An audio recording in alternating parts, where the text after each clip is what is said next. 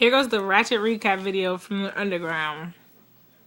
So I got there early because I always ride with my mentor, and she's the manager and she's the boss, so she has to get there early. And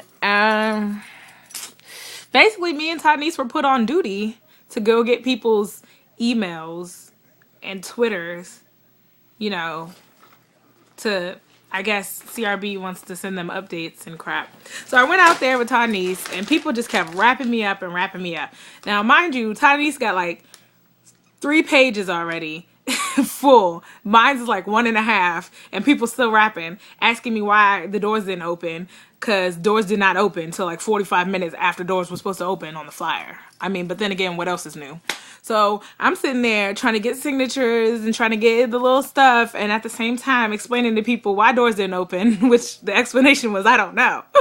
And I'm just the girl who comes with the clipboard and you just sign the paper. I'm not behind this. So yeah, everybody was upset, like, out there. The mood was kind of upsetting because some people had been there since 8:30, because you know how they said like the first 10 people free, you know, stuff like that. And that gets kind of messed up when you don't open doors when doors are supposed to be open.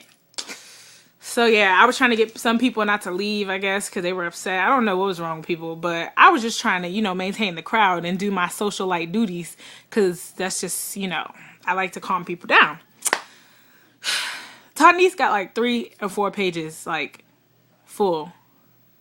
And I got like 1.5 or 2 pages. Because, I mean, I tried to stop talking, but people didn't want to stop talking. Like, they were like, are we missing Radical? Are we missing the show? Why are we still standing out here? I was gone. So then the underground started. I'm not going to lie to you. I didn't walk into the underground vicinity until Vertical went up, because it was just too many people and it was just too hot. Like 50,000 degrees, and I couldn't take it. Like, they had air conditioning and they had a fan, but it was just too hot. Too many African American bodies.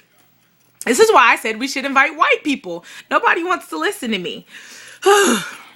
Nobody. I don't see any of you guys going to Montgomery County, going to the little schools out there, passing out flyers so we can get the white crowd. Like, come on now. We need some ventilation. So I didn't really walk in there, but I heard everybody, because I mean, do you see the sound system? You're going to hear it outside. And I was inside. I was in the food room the whole time, just eating food the whole night. Yeah, I was. And yeah, so I heard Radical cranking. I heard pretty much everybody until we got to Vertical. Like, that's when I walked in there, from the beginning of their set to the end. Because, I mean, Vertical is just Vertical. They have the best worship ever. Like, I just love Vertical. Like, whenever I throw a show, I'm going to have Vertical as, like, the last band. Because their time, I mean, they had to, like, hurry up and rush their songs, like, the last 5 minutes, which got me good. Because I'm like, ain't this their, like, comeback show? No, they need more time. Just give them that more time. And, but I guess they didn't have that much time because, you know, doors open late and the show didn't start till late.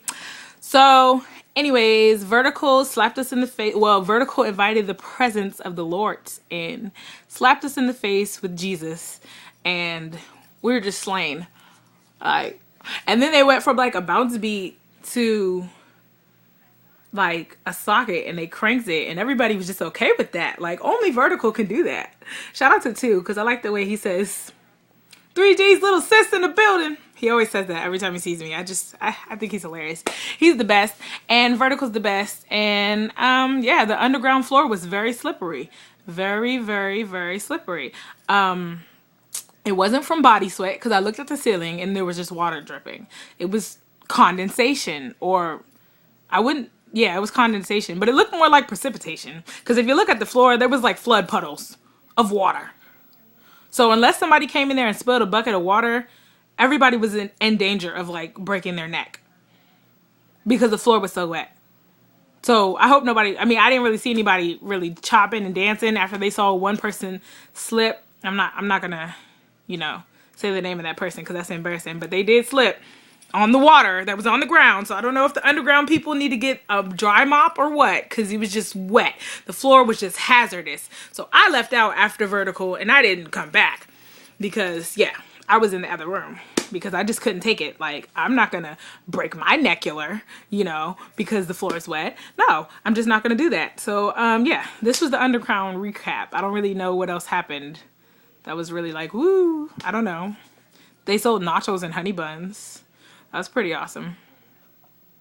But yeah, I'm gonna do a part 2 for the east side. So 3G's little sis.